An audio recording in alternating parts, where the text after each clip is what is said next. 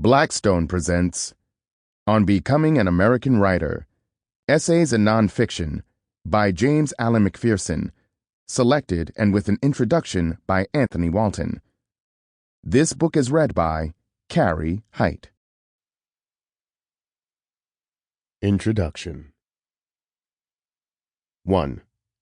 The heroic trajectory of James Alan McPherson's life is intimated by the headline and subhead of his New York Times obituary.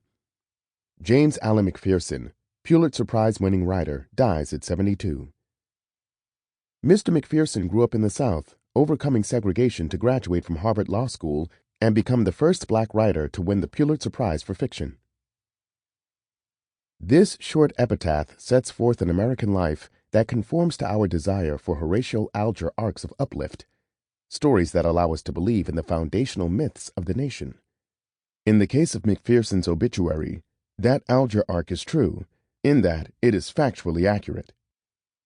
Born in Savannah in 1943, McPherson grew up in the South and overcame segregation of the most base, brutal kind, to graduate from high school and matriculate at Morris Brown College in Atlanta. As he says in his essay, On Becoming an American Writer, he left home for college with a single suitcase containing clothes and a National Defense student loan in 1961. But that was only the first leap.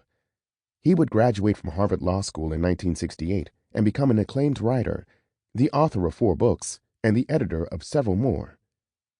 He earned tenure at the University of Virginia and subsequently became a beloved, consequential mentor to generations of young writers at the University of Iowa's famed Writers' Workshop. Along the way, he received the Pulitzer Prize at the age of 35 and a Guggenheim Fellowship. He was in the first cohort of MacArthur Genius Grant recipients and was inducted into the American Academy of Arts and Sciences.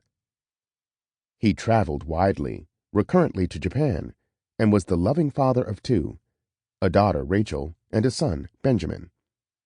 Yet, the factual lineaments of McPherson's life do not begin to encompass the story of his life and accomplishments, which can only be measured by a full accounting of his literary and moral legacy to the nation, which, from our vantage point, seems a clarion call to acknowledge our greater complexities as human beings and as Americans.